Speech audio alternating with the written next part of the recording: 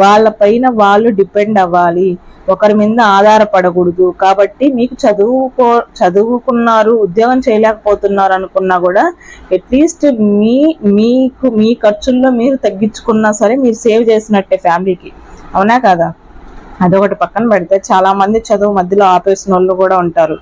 Tailoring ఏంటిలే మేము నేర్చుకునేది అనుకునే వాళ్ళు కూడా ఉంటారనమాట.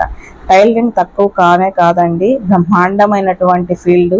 హ్యాపీగా ఒకరి దగ్గర దేహి అని చేయి చాపకుండా, ఒకరి మీద డిపెండ్ అవ్వకుండా, మీ ఇంట్లో వాళ్ళకి మీరు తోడ్పాటుగా ఉండే విధంగా తీసుకొచ్చేటువంటి అద్భుతమైనటువంటి ప్లాట్ఫామ్ అని చెప్తాను నేను.